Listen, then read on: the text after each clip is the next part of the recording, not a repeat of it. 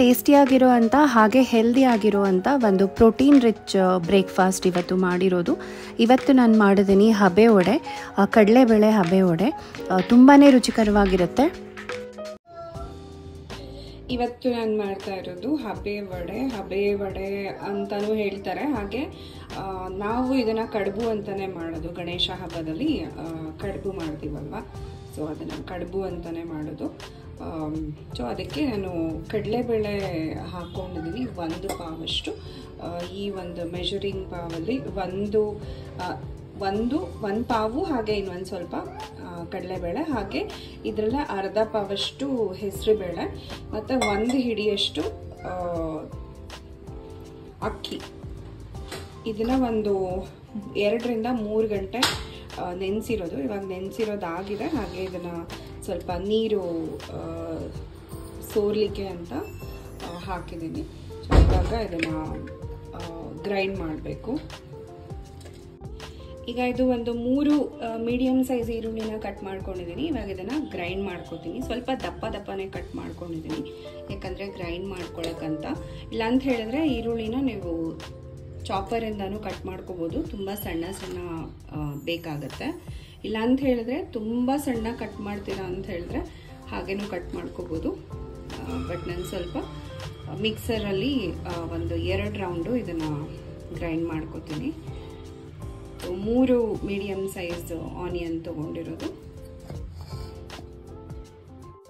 Onion ಜೊತೆನೆ ಇವಾಗ ಒಂದು 8 ರಿಂದ 10 ಹಸಿರು ಮೆಣಸಿನ್ಕಾಯಿನ ತೊಗೊಂಡಿದ್ದೀನಿ. ಇದನ್ನು ಕೂಡ ಆನಿಯನ್ ಜೊತೆನೆ ಗ್ರೈಂಡ್ ಮಾಡ್ಕೋತಾ ಇದ್ದೀನಿ. ಹಾಗೆ ಇದು ವಿತೌಟ್ ವಾಟರ್ ಗ್ರೈಂಡ್ ಮಾಡ್ಕೋತಾ ಇರೋದು, ನೀರನ್ನು ಹಾಕಬಾರ್ದು, ಹಾಗೆ ಗ್ರೈಂಡ್ ಮಾಡ್ಕೋಬೇಕು. ಈಗ ಆನಿಯನ್ ಗ್ರೈಂಡ್ ಮಾಡ್ಕೊಂಡಿದ್ದನ್ನು ಹಾಕೋತಾ ಇದ್ದೀನಿ ಒಂದು ಪಾತ್ರೆಗೆ. 2 ರೌಂಡ್ ಹಾಕಿದ್ದಕ್ಕೇ ಸ್ವಲ್ಪ ಅದು ಜಾಸ್ತಿನೇ ಗ್ರೈಂಡ್ ಆಗುತ್ತೋ. ಬಟ್ ಅದೇ ಈರುಳ್ಳಿ ಸ್ವಲ್ಪ ಅಂದರೆ ಹಾಗೆ ಬೇಕು, ಸ್ವಲ್ಪ ದಪ್ಪ ಬೇಕು ಅಂತ ಹೇಳಿದ್ರೆ ಹಾಗೆ ಚಾಪರಿಂದ ಕಟ್ ಮಾಡ್ಕೊಳ್ಳಿ. ಇಲ್ಲ ಅಂತ ಹೇಳಿದ್ರೆ ಹಾಗೆ ಕಟ್ ಮಾಡ್ಕೊಳ್ಳಿ. ಈಗ ಹಾಕೋಣ ಸಬ್ಬಕ್ಕಿ ಸೊಪ್ಪು, ಸಣ್ಣದಾಗಿ ಕಟ್ ಮಾಡ್ಕೊಂಡಿರೋ ಸಬ್ಬಕ್ಕಿ ಸೊಪ್ಪು. 1 ಕಟ್ಟು ಸೊಪ್ಪನ್ನು ತೊಗೊಂಡಿದ್ದೀನಿ ನಾನು.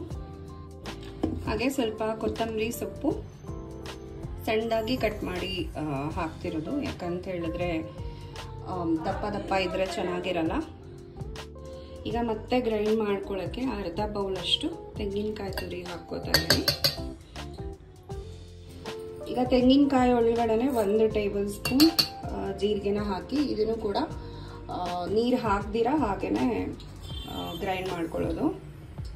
ಈಗ ಗ್ರೈಂಡ್ ಮಾಡ್ಕೊಂಡಿರೋ ತೆಂಗಿನಕಾಯಿ ಹಾಗೆ ಜೀರಿಗೆ ಈ ಮಿಶ್ರಣ ಏನಿದೆ ಇವಾಗ ಇದರಲ್ಲಿ ಹಾಕೊಳ್ಳೋಣ. ಈಗ ಕಡಲೆಬೇಳೆನೂ ಕೂಡ ಗ್ರೈಂಡ್ ಮಾಡ್ಕೋತಾ ಇದ್ದೀನಿ. ಇದನ್ನು ಕೂಡ ನೀರು ಹಾಕೊಂಡಿರ ಹಾಗೇನೆ ಗ್ರೈಂಡ್ ಮಾಡ್ಕೋತಾ ಇದ್ದೀನಿ. ಕಡಲೆಬೇಳೆ ಕೂಡ ನಾನು ಫೈನ್ ಪೇಸ್ಟ್ ಆಗಿ ಮಾಡ್ಕೊಂಡಿಲ್ಲ, ಸ್ವಲ್ಪ ತರಿಯಾಗೇ ಇದೆ. ನೋಡ್ಬೋದು ಒಂದೊಂದು ಕಡಲೆಬೇಳೆ ಹಾಗೆ ಕಾಣಿಸ್ತಾ ಇದೆ. ಸೊ ಇವಾಗ ಇದನ್ನು ನಾನು ಈ ಮಿಶ್ರಣದಲ್ಲಿ ಹಾಕೋತೀನಿ. ರುಚಿಗೆ ತಕ್ಕಷ್ಟು ಉಪ್ಪನ್ನ ಹಾಕಿ ಇವಾಗ ಇದನ್ನು ಚೆನ್ನಾಗಿ ಕಲಸೋಣ. ಈಗ ಇಡ್ಲಿ ಬೇಯಿಸೋ ಪಾತ್ರೆಯಲ್ಲಿ ಒಂದು ಸ್ವಲ್ಪ ಆಯಿಲ್ನ ಹಾಕ್ತಾ ಇದ್ದೀನಿ ನಾನು. ನಾವು ಇಡ್ಲಿನ ಹೆಂಗೆ ಬೇಯಿಸ್ತೀವಲ್ಲ ಅದೇ ಥರನೇ ಇದನ್ನು ಬೇಯಿಸೋದು.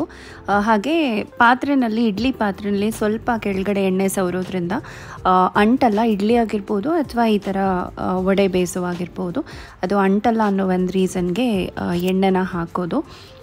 ಇದನ್ನು ಸ್ಟಫಿಂಗ್ ಮಾಡಿ ಕಡುಬನ್ನು ಕೂಡ ಮಾಡ್ತೀವಿ ನಾವು. ಅದನ್ನು ಕಡುಬು ಅಂತಲೇ ಹೇಳೋದು ನಮ್ಮ ಕಡೆ, ಅಂದರೆ ನಮ್ಮ ಮನೆಯಲ್ಲಿ ಮಾಡೋದು.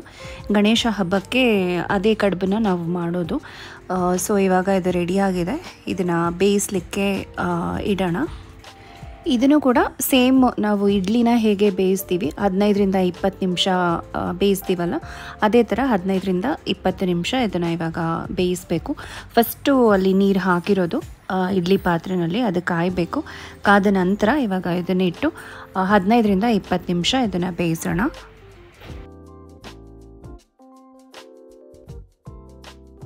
ಈಗ ಹಬೆ ವಡೆ ಬೆಂದಿದೆ.